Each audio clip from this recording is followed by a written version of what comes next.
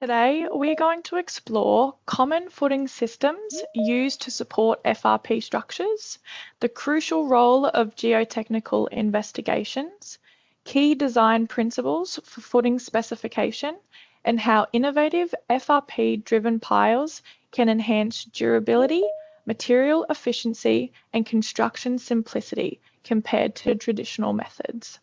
Good morning and welcome to our webinar on footing fundamentals for FRP structures. I'm Georgia Lance, Marketing Officer at Wagner's CFT, and I'm here with today's guest speaker, Impact Structural Engineers Director, Matt Gorring. Matt is a registered professional engineer of Queensland with approximately 8 years' experience as a structural engineer.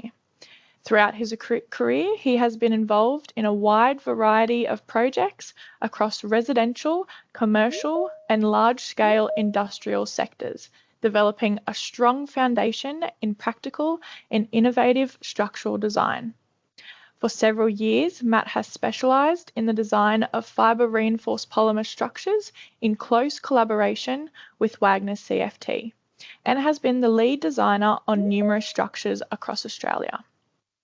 With a balanced understanding of engineering fundamentals and emerging technologies, Matt aims to help stakeholders and clients deliver efficient, durable, and cost-effective structural solutions tailored to each unique project.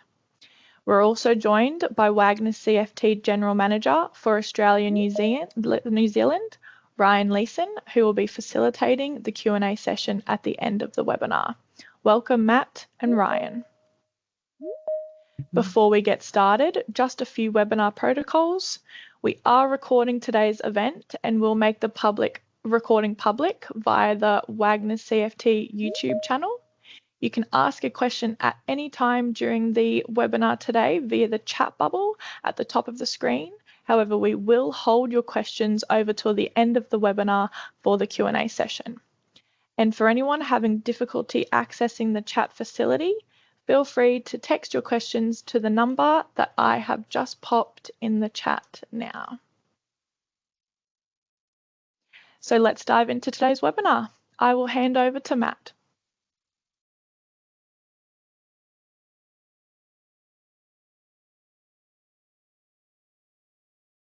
Thank you, Georgia, for the introduction. So good morning, everyone, and thank you for joining. My name's Matt, and today I'm going to be talking about some fundamental principles of footing design, specifically in relation to pedestrian infrastructure constructed from FRP, which, as most of you should be aware, stands for fibre reinforced polymer. So across my career, I've specialised in the design and certification of FRP structures in collaboration with Wagner's CFT, mainly pedestrian infrastructure such as small span bridges, like we see here, boardwalks, stair structures, roof shelters. We've got a picture of a typical truss bridge here on the left that we do in collaboration with Wagner's, and here's a little boardwalk structure on the mangroves with a little roof shelter, just to give you a taste of some of the typical projects we complete. It's a very exciting space to be working in. because FRP offers durability and performance benefits that just aren't possible with traditional materials. Today, rather than focusing too much on FRP itself, I want to step back and take a look at what's underneath these types of structures, which is the footing systems. So what you'll hopefully learn today over the next little while, I aim to give you a practical understanding of the critical nature of the footing system to the overall long-term performance of the structure, the importance of good quality geotechnical investigations and reports, and how we use these to specify the most suitable footing system for a particular site, the basics of conventional concrete footing design, including deep and shallow footing systems, and how driven FRP piles are emerging as a fast, efficient, and durable alternative. We'll also look at the underlying design principles behind these driven piles. So this session is not intended only for engineers, but for anyone involved in planning, delivering, managing projects, whether you're a designer, contractor, council member, an asset owner. For the engineers, there's probably not too much I can teach you about footings in a half-hour session, so I won't be digging too deep into technical concepts or calculations that you've never come across before. But my goal is to give everyone here a clear, accessible insight into how we approach footing design as a structural engineer and why the right foundation choice makes all the difference. So before we dive into footings, a really quick overview of FRP, or fibre reinforced polymer, which is made by winding high strength glass fibres together and binding them with a resin matrix. The fibres give the strength, the resin protects and holds everything together, and the result is a strong, lightweight, durable material that doesn't rust or deteriorate like steel or timber would. So most of you are probably familiar with FRP's advantages: low maintenance, long-term durability, etc. I won't spend too much more time on it, but I think it's important context because the footing systems we choose have to match and complement the performance of the superstructure above them. In this case, one that's hopefully going to last for a very, very long time, specifically with FRP. So I've included a couple more examples here. On the left, we've got this shade structure in a park. This is where the material really comes into its own in exposed exterior environments, especially near coastal. Get that enhanced durability benefits. And then on the right here, I've got a little example of used in a retaining wall application, which I thought was good to include because you can actually see in the photo the patterns of the fibers wound, the glass fibers wound into the section. So it's quite interesting example there. So on to the part that really matters for today, which is the footing system. Every structure is only as good as the foundations it sits on. A well-designed footing system provides solid support, prevents settlement or differential movement, and resists against reactive soil. If the footings are poorly designed, it doesn't matter how strong or durable the structure is, over time you may get movement, long-term damage, potentially even a critical failure. So the key message here is simple: bad footing design makes a bad structure, and getting this part right is what protects the investment and ensures the performance of the structure well into the future. The first step to a well-designed footing system is the Geotechnical investigation report, which we'll take an in-depth look at now. So a geotech report gives us the soil profile and key parameters we need to design the footings. These are absolutely essential for each project location, which has unique ground conditions that vary significantly from site to site. Investing in good quality geotech information and a study might feel like extra cost at the start, but it always pays off. Better data leads to more efficient design, less material use, reduced long-term issues such as damage and ongoing movement. If you take just one message away from my presentation today, I'd love it to be that investing in quality geotechnical report almost always saves money and headaches in the long run. So what do we actually look for in a geotech report? So the site plan borehole location is probably the first point of call. It tells us what the soil profile is at certain locations at the site in relation to where the proposed structure or footings are going to be constructed.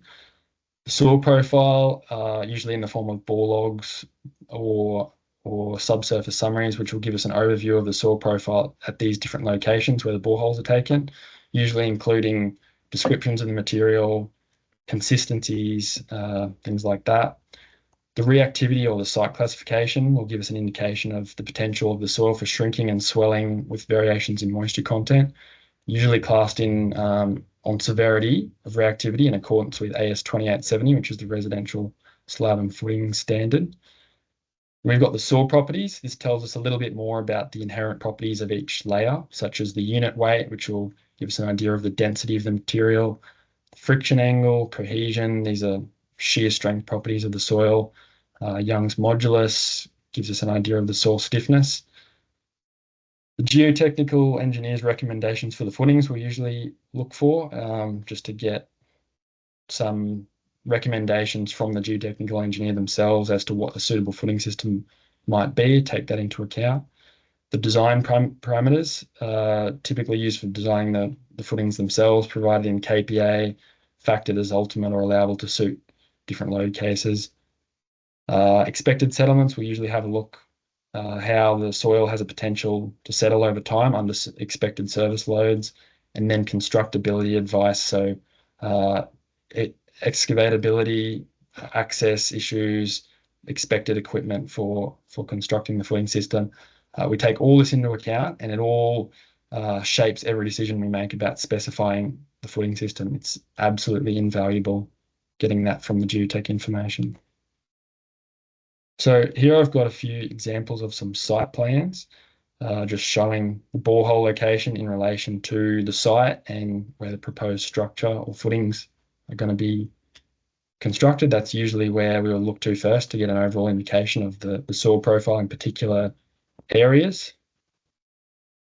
Here I've got some examples of some borehole logs, providing the depths of different soil layers at certain locations where the boreholes are taken. Soil descriptions, including classifications, so sand, clay, rock, etc., what type it is, colors to help you identify it, consistency such as loose, dense for sand, or firm, stiff, hard, etc. for clay.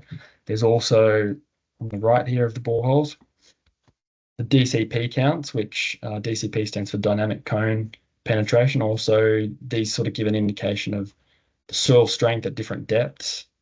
If you're not familiar with these, they do this by a standard penetration test where a cone is driven into the soil with a weight at a fixed height, and the number of blows to reach a certain depth is recorded, giving you an idea of the material consistency. So in this particular example, there's very weak soil at the surface, and you can see that it sort of reaches a higher DCP count before it reaches refusal, and that gives you a very good idea of the material strength and consistency. Here we've got some examples of some footing design parameters on the left and some soil properties on the right. So on this one, you can see we've got some fill there where the skin friction and the base bearing is not provided, nor have they recommended it founding into this natural silty sand layer. For the clay layer, they're providing us with some skin friction and base bearing in KPA. And these are provided as ultimate strength parameters, so they need to be factored with a geotechnical strength reduction factor, which is a safety factor usually around 0.5 mentioned in the notes here. If using allowable loads, these can be factored with recommended factors of safety 2 or 3, which mentioned in the notes here. So that's for designing the footings themselves, which we'll get into a little bit later. We've already discussed a few of these parameters shown in this example in the right. Unit weight for density, friction angle, cohesion, shear strength of the soil, Young's modulus, the stiffness, Poisson's ratio. The nerds in here probably know what that one is, and then skin friction and the ultimate base resistance are also provided in that table. So a couple of good examples there. Once we understand the soils, we can match them to a suitable footing type. When doing this, we need to pay close attention to the soil profile and material consistencies.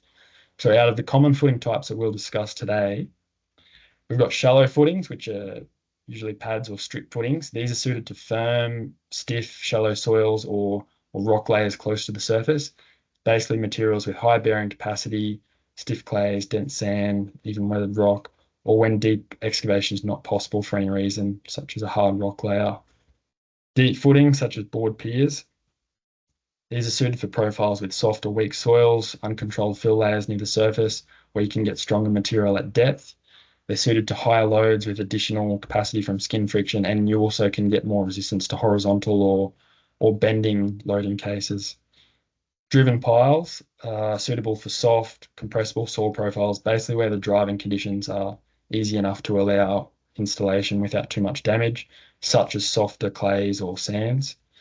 or if you have stronger bearing strata, deep and a bit variable. So one thing important to note is that rock or hard soil layers can cause issues. We'll discuss this a little bit later when we talk about the driven piers, but mainly with the driving side of things. If you have hard soil layers, it can cause complications with getting them installed. So we also, as a last point, we consider recommendations from the Geotech report regarding suitable footing types, excavability constraints or driving conditions, how that might be affected if we're looking at driven piles, and the equipment expectations, so the constructability, what type of equipment we might actually need to construct the footing system. The final choice depends on the particular soil profile, site constraints, constructability. Important message. It might sound like a bit of a broken record here, but I just want it to sink in. Investing in a good geotechnical report often saves far more than it costs in materials, constructability, and long-term performance. The value of a good quality site investigation enables the most efficient footing design, reduces over-design and unnecessary material cost, and avoids surprises during construction, allows easy installation. It also protects its structure long-term and reduces ongoing maintenance. So leaving on that note for a second, I'm just going to hand back to Georgia for a quick break to talk about the Wagner CFT design guide, and then we'll get stuck into the meat and potatoes of footing design. Okay, so whilst Matt just takes a quick break to have a drink of water and take a breath, I did want to tell you very quickly about Wagner's CFT design guide, and also remind everyone that if you do have a question, to pop it in the chat and we will answer it in the Q&A session. Wagner CFT Design Guide is a key resource for engineers working with our FRP profiles. It provides clear design methods, comprehensive section and connection data, and aligns with relevant Australian standards.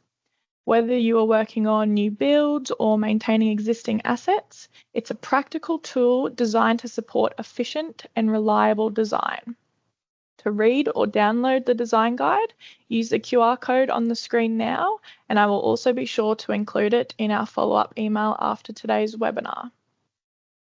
Or if you'd like to watch how to use Wagner CFT design guide and what to consider that's different when designing with FRP, featuring Rowan McElroy from iCube Consulting, use the QR code on the screen, and it will also be in the follow-up email after today's webinar. I'll hand back to Matt and I'll let him finish off his presentation.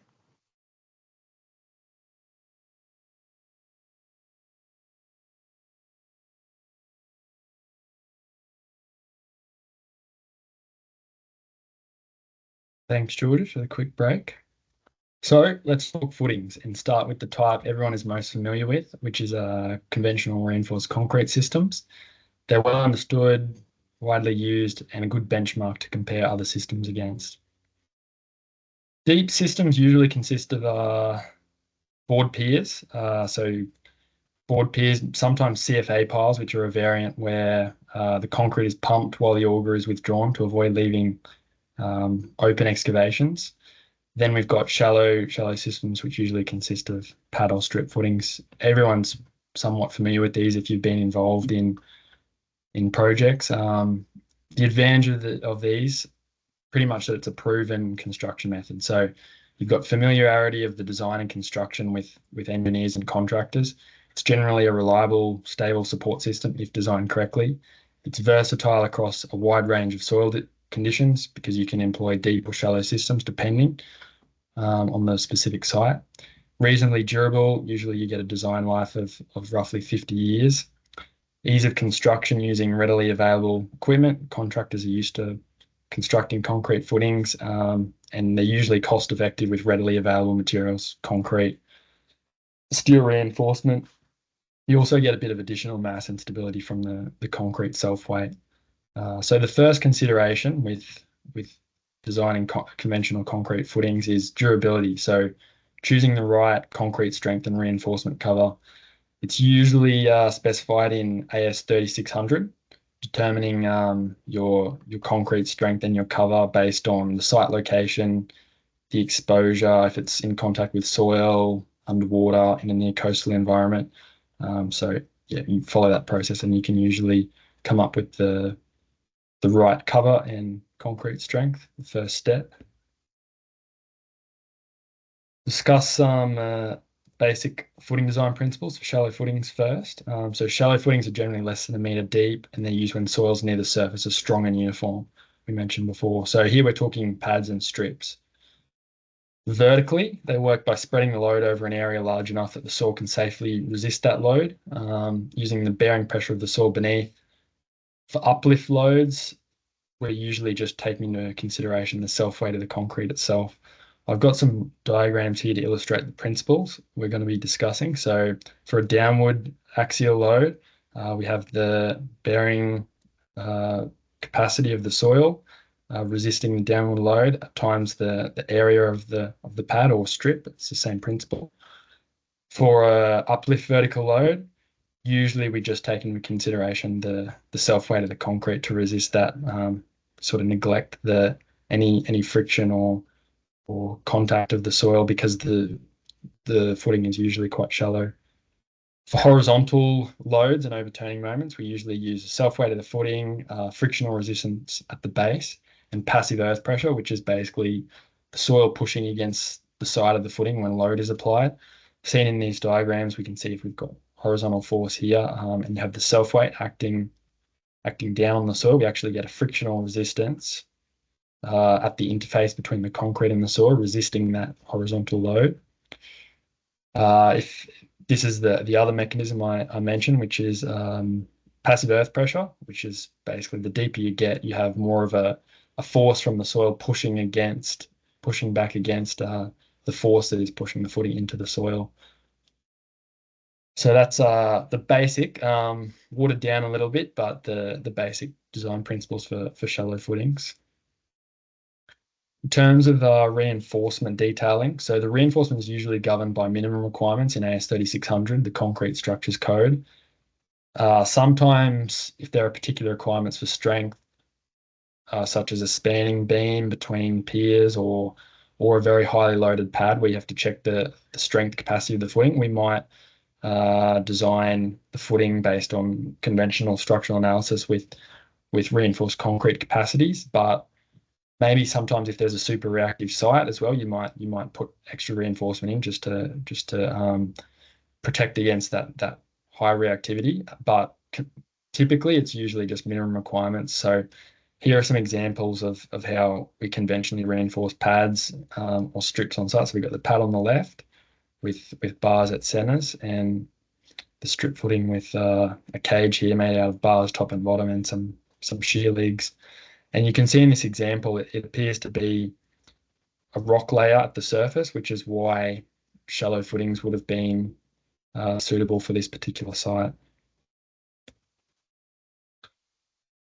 So deep footings, when the surface soils are weak or variable, or we need more resistance to the vertical and horizontal load cases, we usually go for deeper footings, board piers being the main option. So these extend down to reach stronger layers and transfer vertical load through a combination of the end bearing resistance, which we discussed for the shallow footings, plus skin friction, which is basically when the soil grips the pile shaft.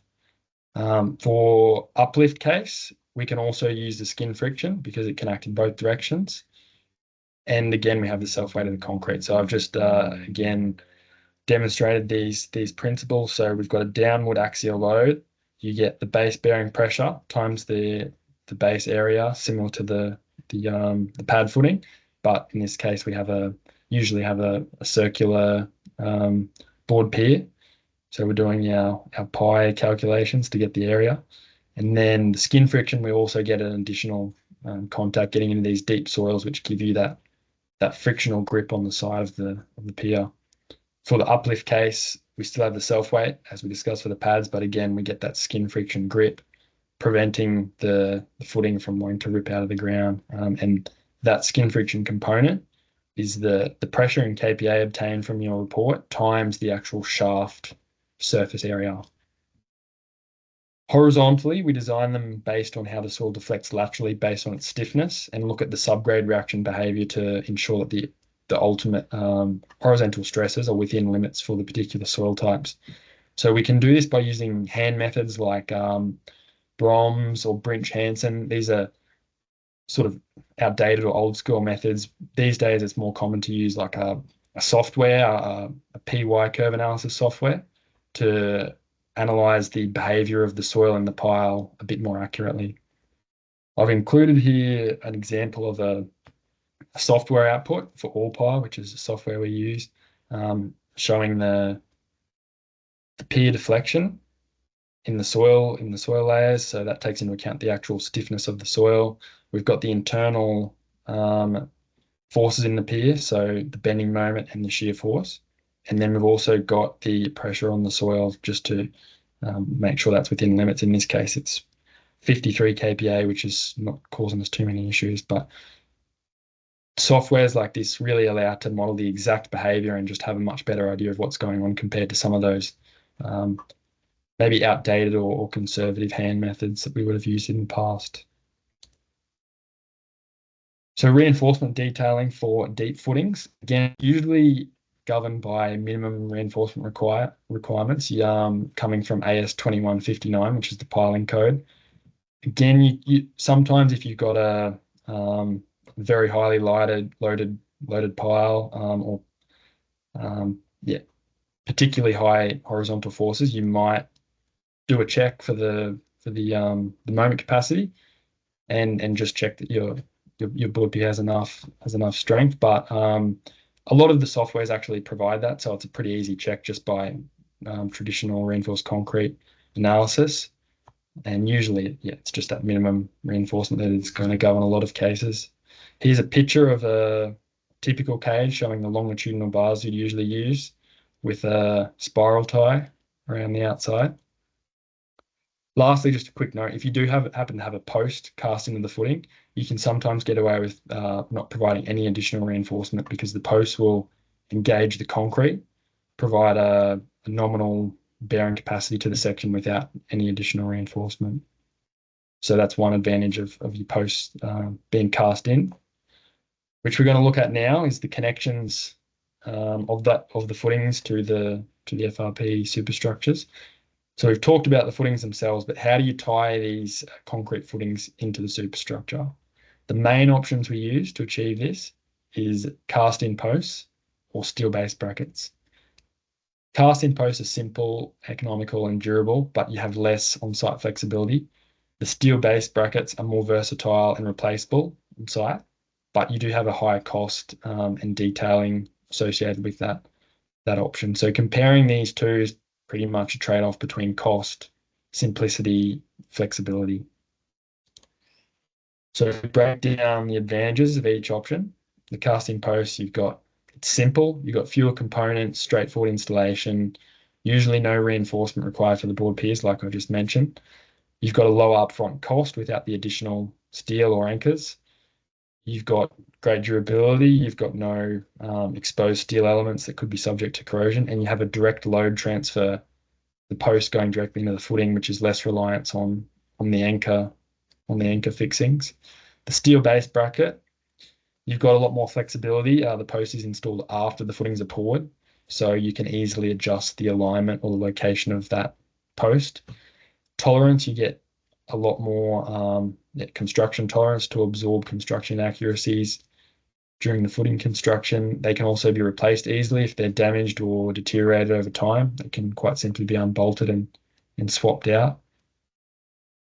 You're using standard components, prefabricated brackets, chems and anchors usually, so everyone's quite familiar with this type of construction. Pretty straightforward. Now let's look at an innovative alternative. So driven FRP piles. Instead of pouring the concrete, we drive the FRP sections directly into the ground, and that becomes the footing. So the suitable soil profiles are basically for easy driving conditions. So softer clays, sands, without any rock or hard soil layers is the main consideration, because these can cause issues with the actual installation. In terms of design, the vertical capacity comes from the skin friction, and the base bearing, as we discussed for the board piers, it's very similar. This time we don't really have the self-weight of the concrete to help resist against the uplift, so we just need to pay closer attention to the skin friction component for any upward loads. The horizontal behavior can be modeled in a similar PY analysis software that we looked at before. And that just accounts for the stiffness, the properties of the different soil layers. It just gives us a really accurate picture of exactly how the pile is behaving. Gives us the outputs for deflection. Just got another printout of the software. Deflection, internal pile forces, and the soil pressure. So in this particular example, it's like there's a weak layer of soil in the top sort of 2 meters due to the low resisting lateral pressure over here, which is why software incorporating stiffness analysis is so helpful in this case, because it models the actual behavior and deflection of the pile in poor soils. So now that we know the rough ideas behind how this footing type driven piles is designed, let's have a chat about installation and testing. So installation is fast. Piles are driven using drop hammers or vibratory rigs, somewhere in between sometimes, such as a hydraulic impact driver. There's no excavation, there's no spoil, and there's no concrete curing or reinforcement. One of the big advantages of these driven piles is what happens during installation, which is when the pile is driven, the surrounding soil is compacted and densified, which increases the soil shear strength and thus the skin friction grip on the pile, which means that the actual load capacity is often higher than what we would predict from raw geotechnical parameters. The key benefit here is in the direct on-site capacity verification, where the true capacity is captured. We measure the pile deflection under a certain hammer weight and drop height, and then we use the Hiley formula, which is an accepted method for converting this information into an actual capacity in kilonewtons based on the soil resistance. So instead of relying on purely theoretical and conservative assumptions found in the geotech report, like we might do for conventional concrete footings, we can confirm the real improved performance of the footing, which gives us more confidence and often results in more efficient and cost-effective designs. I've got a video here, which is a drop hammer in action there on some CHS piles, where the deflection of each blow would be being measured to determine the actual capacity in kilonewton of that pile. Sometimes, as you can see, the piles do get locally damaged at the top from driving, especially in harder driving conditions. This is usually limited to the very top of the pile, which can be cut off to height without the actual structural integrity of the rest of the pile section being negatively affected. So the advantages of driven piles are certainly worth consideration. We've got the durability, no corrosion, rot, concrete cancer, which is especially critical in exterior or near coastal environments. We've got the ease and speed of construction, we've got no excavation, no concrete curing, immediate load capacity after driving them. Material efficiency, so less raw materials, lightweight sections, smaller machinery to install them, reduced transport and handling costs. The overall cost effectiveness, we're avoiding large concrete volumes, steel reinforcement, and the spore removal. Sustainability, long-term maintenance savings, extended design life, and lower embodied energy of the footing system. So overall, for suitable sites, these can be a vastly more efficient footing system from many different angles, as well as a more durable long-term solution. So that brings us to the end of the presentation. I'd like to leave everyone with some key takeaways, which is a well-designed footing system is critical to the long-term structural performance of the infrastructure. Good quality geotechnical investigations generally save money, reduce risk, and enable smarter design of the footing system. Conventional concrete footings are reliable and familiar, with proven applications over a wide range of site conditions. And driven FRP piles offer a sustainable, cost-effective alternative for suitable sites. They're durable, material efficient, simple to install. So to conclude the webinar, I would say with good geotech and the right footing choice, we can deliver foundation systems that are efficient, durable, and sustainable to match the desirable qualities of FRP infrastructure. Yeah, that's it. Thanks everyone for your time. Thanks for listening. Incredible, Matt. Thank you very much for your presentation. I really enjoyed the section on the different techniques for driving the FRP piles, and we do have a really thorough, really good webinar on that as well, so I'll be sure to include it in the follow-up email for everyone today. We're about to dive into the Q&A session of our webinar, but just before we do, I wanted to tell you about an innovative FRP handrail system recently installed during a decommissioning and repurposing project. In a standout example of blending heritage preservation with modern engineering, the Mount Crosby Weir Bridge has been repurposed into a pedestrian bridge featuring a collapsible fibre-reinforced polymer handrail system, enhancing flood resilience without compromising its historical value. In anticipation of a flood event, bolts can be removed from the base plates, allowing the handrails to be lowered flush against the bridge deck. Once lowered, tensioned cables secure them in place. The innovative FRP system minimises the potential for damage from fast-flowing floodwaters and floating debris. To read the full story on the Mount Crosby Weir Bridge project, use the QR code on the screen now, and I will also include the link in today's follow-up email. I'd like to welcome Wagner CFT General Manager Ryan Leeson, who will be facilitating the Q&A session of our webinar today. Let's have a look at some of those questions. Thanks, Georgia, and thank you, Matt. First one here is from Weatherall Civil. Opportunities for screw piers, particularly for smaller pedestrian bridge replacements when you're trying a shorter program to reduce disruption to community. Is that something we're familiar with working with, Matt? Yeah, good point. And we didn't really touch on the screw piers in the presentation today, but another alternative footing system, which can definitely has a lot of benefits.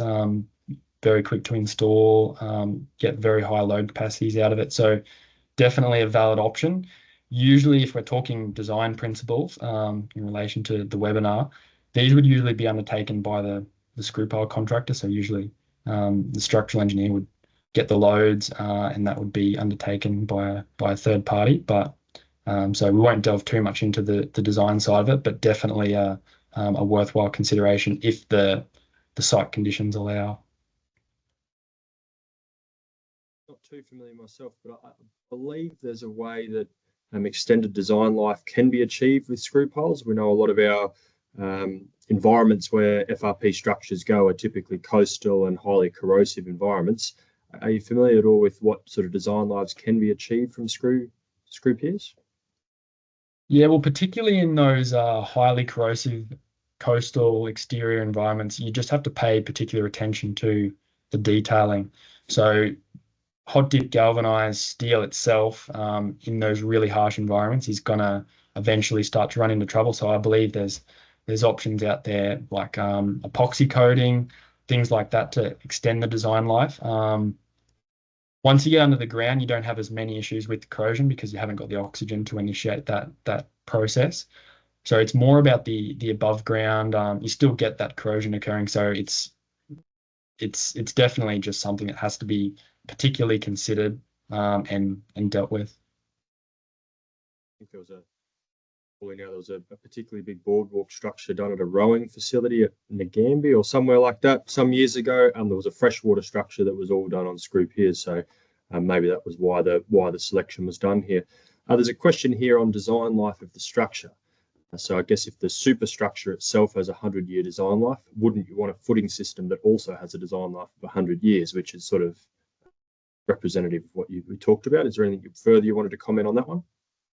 Yeah, definitely. No, that's a good point, and it ties in really well with the presentation. It's sort of one of the points I was really trying to drive down, which is if the superstructure has a high expected design life, which when we're talking FRP, we're talking 50 to 100 years. You really want to make sure you don't compromise on the footing system design. You want to make sure that your footing system design is going to complement the highly durable structure and perform long term. So that's why the geotechnical investigation is important, the footing design is important, so that the long-term performance is preserved.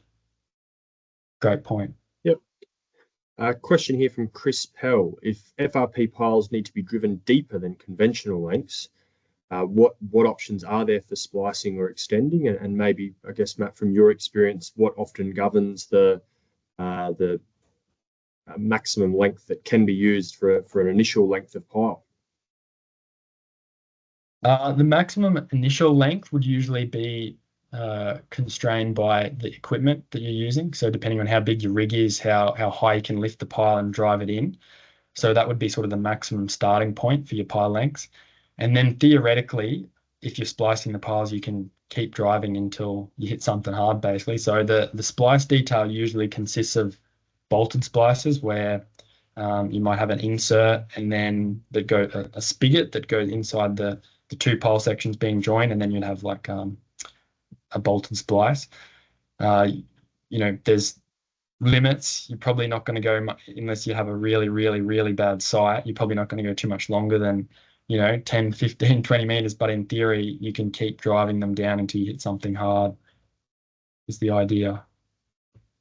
Yeah, I think there was a project I remember near the Port of Brisbane that had 20 something meter piles driven in 5 meter lengths. So 4 or 5, up to 5 splices on each pile from my memory.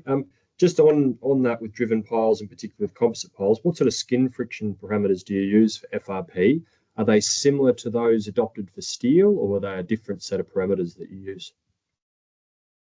Yeah, usually the steel would be the most accurate just because you've got a bit more of a smooth surface, say, than compared to concrete. When it's poured in situ, you get that rough surface that gives you a bit more skin friction.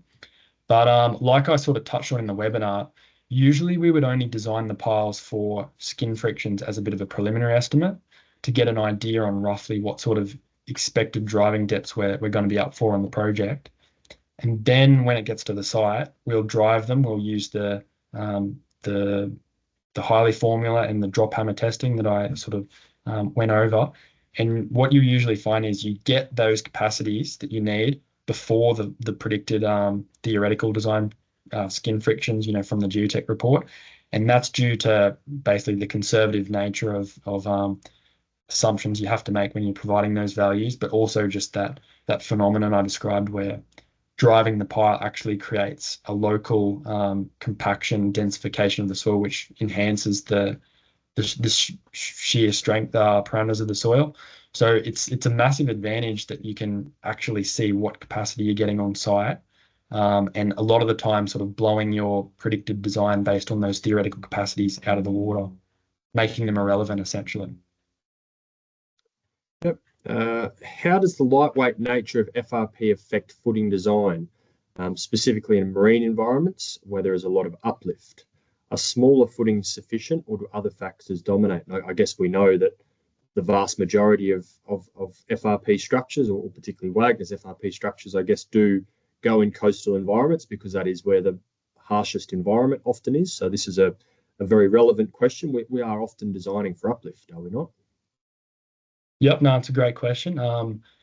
Especially since everyone is familiar with one of the main advantages of FRP is its lightweight nature. So comparing to steel, concrete, even timber structures where we're always going to have a lighter permanent dead load, which works sort of in two ways. In terms of downward load, you're going to have a lesser downward load.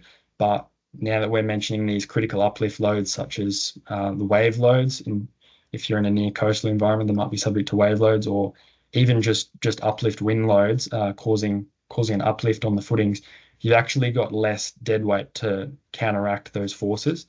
So more attention has to be paid to other mechanisms to resist the uplift, such as your skin friction being the main one if you're using deep footings. Driven piles, same thing, making sure you've really got that uplift capacity nailed down because of the lightweight nature of the superstructure. Yep. And do we do in situ pull-out testing as well? Is that something? Obviously, there's drop tests relate to the Hiley formula, but is it able to be done in situ testing for that uplift or pull-out capacity as well? Yeah, no, that's a good point, Ryan. If you do have particular issues with the uplift, in a lot of cases we can sort of be happy that if those conservative geotechnical capacities that we've done by hand are conservative, and so we wouldn't be too concerned about it. But if we do have high uplift loads and we're not really getting the results that we need from the calcs, maybe say we can't drive the piles any further, they hit a rock layer or something, and we've got an embedment that is fixed, we can't go any deeper, we can't get any more skin friction. we might have to turn as a last resort to, some pull-out capacity. It's the same with lateral load. If we've got issues with lateral loading, we can't get the piles any deeper to get more capacity. We might even do some shear testing just to confirm those capacities on site. Very good. Question here from Johan, and it looks like there's quite a bit of detail here that we might have to refer back to you afterwards on. But can you drive the smaller sections? What sizes do you drive in? Let's start with that as a first question. I guess, Matt, what sort of diameter piles have you designed into structures over your time? Thanks, Johan, for, I'm sure, no doubt a detailed question. But just to kick it off, the pile sizes we usually work with, the smallest ones are the 100 and the 125 SHS sections from Wagner's. They're the most common one that they manufacture. They also make an 89 CHS, I believe, which is on the smaller side. So if we're talking FRP or Wagner section specifically, that would be the smaller sections, and then all the way up to we've done 300 diameter CHS piles that Wagner's manufacture. So in between there, yeah. Typically, Matt, what I think we've found is using our circular hollow sections as opposed to our square hollow sections reduces the reliance on maintaining the position of the pile for connection to the bearer or the rafter or whatever the connection piece is. It gives you a bit more flexibility, but any one of the pile diameters can be driven. So leading into the next part of the question, is there a point on the bottom end of the pile? Is the next part? Yeah, usually not, because you've got a hollow section. It'll usually drive fairly easily into the soil if you've got suitable driving conditions. But I suspect if you did have some hard driving conditions and you really wanted to go with the driven piles, that might, if you had a point on the bottom, it's never something I've particularly looked into, but it could be an option to help the driving without damaging the pile potentially. Yep, and I guess the last part's probably something I can more address. Is the equipment generally available? Yes, most of this piling equipment is standard for small steel or timber piles.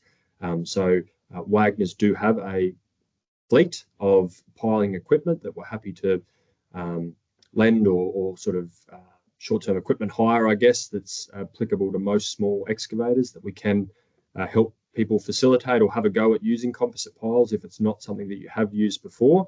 But yeah, they're applicable and can be used on any sort of standard equipment machines. But Johan, why don't we reach out to you after and have a bit more of a discussion on your exact application? But yeah, we've definitely done designs. Matt did one recently for us, I think, which was a design of driven FRP piles underneath a concrete headstock for a bridge pier or bridge abutment.